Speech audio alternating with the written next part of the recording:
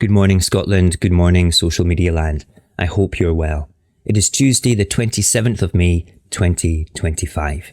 Do you ever get the feeling that governments only talk about the future when they're trying to distract you from the mess they've made in the present? They hold climate summits, pose with planted trees, and make grand speeches about a just transition. But then they go right back to drilling for oil, cutting green funding, and letting working families carry the cost. And it's not just the climate. Public health falling apart, infrastructure crumbling, wages flatlined, trust gone. So when someone says politics can still change things, you've probably already tuned out. But what if one government didn't just talk about fairness or sustainability, it actually delivered on it? Right here in Scotland under the SNP, a quiet transformation has been happening. Not everything's perfect and not everything gets the headlines. But there's a reason why experts around the world are looking to Scotland for leadership on climate, public health and a progressive economy policy. This is part 2 of the SNP's top 100 achievements. Every one of them real, every one already delivered. Let's take a closer look at what building a fairer, greener nation actually looks like when it's more than just a slogan. Scotland is leading the way in climate justice. The Just Transition Fund is already helping communities in the northeastern Moray move away from fossil fuels, and crucially, it's the workers on the ground deciding where that money goes.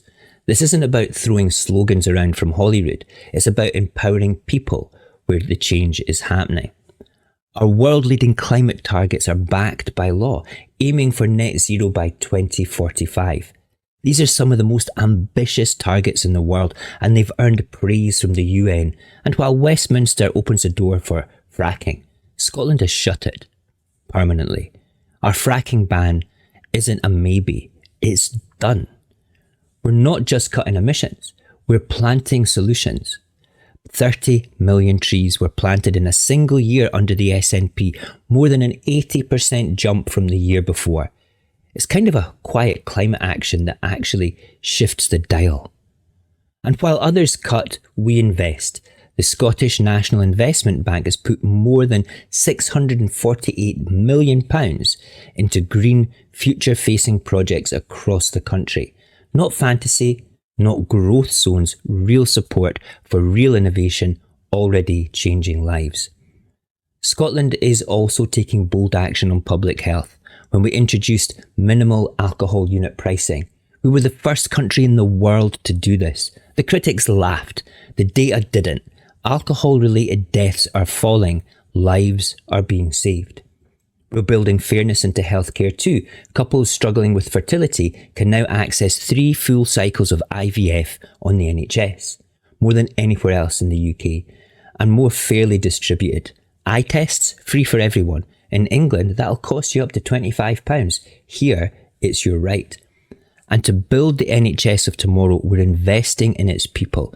Nursing, midwifery students receive the highest bursaries in the UK, £10,000 a year. It's not just generous, it's working. Scotland has more nurses per person than anywhere else in the UK, and the next generation is already coming through. Infrastructure matters too, and not just the Central Belt. We reconnected the Borders for the first time in a century with the Borders Railway, linking Galashiels, Tweedbank back to Edinburgh and beyond. It was the longest new domestic rail line built in Britain for over 100 years. And it didn't stop there. Over £11 billion has been invested in Scotland's rail network since 2007, with 441 kilometres of electrified and 16 new stations opened. In the northeast, the SNP delivered the Aberdeen Western Peripheral Route, a vital bypass that is already boosting the local economy by billions and is set to create thousands of jobs. And you'll know if you've parked at a hospital, you do not get charged. That is because the SNP scrapped parking charges in its NHS hospitals. Let's talk about education, because this government isn't just investing in schools, it's rebuilding them. Over 1,100 schools have been built or upgraded, slashing the number of pupils learning in crumbling buildings by 77%. Families struggling to afford uniforms can now get help through the school clothing grant, offering £120 for primary pupils and £150 for secondary. We've got more teachers per pupil than anywhere else in the UK, and our newly qualified teachers are the best paid, starting at over £38,000. But it's not just about money, it's about access. And record numbers of young people from deprived areas are now going to university, and Scotland's universities are ranked among the best in the world. Further education matters too. That's why we're putting £750 million into Scotland's colleges, with more for staff pay and campus improvements. It's a kind of long-term thinking that strengthens both the economy and society. Speaking of the economy, Scotland now has the fairest, most progressive tax system in the UK. The wealthiest contribute more so that we can invest more in public services, and it's working. We were also the first government to be accredited as a living wage employer, setting an example for others.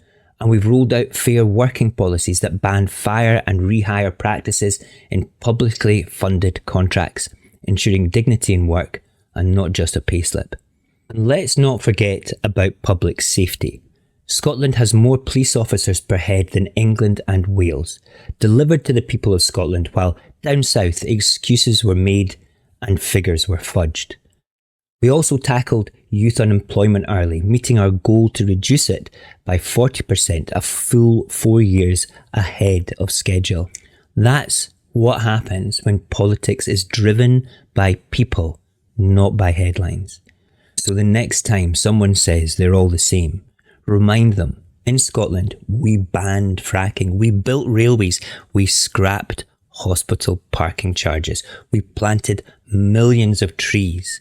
We gave working people dignity in health, work and education, and we did it without waiting for permission from Westminster. That's a government delivering for Scotland, for Scots, whether you believe in them or not.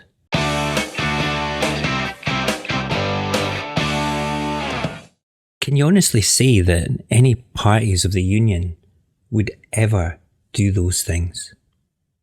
I can't see that Labour or the Conservatives, if they were in power in Holyrood, doing any of that, any of it at all, including all the stuff yesterday.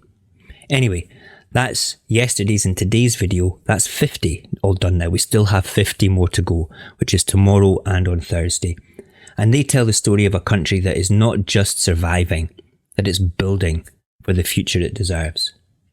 And that's under the glass ceiling of devolution. Speak to you tomorrow.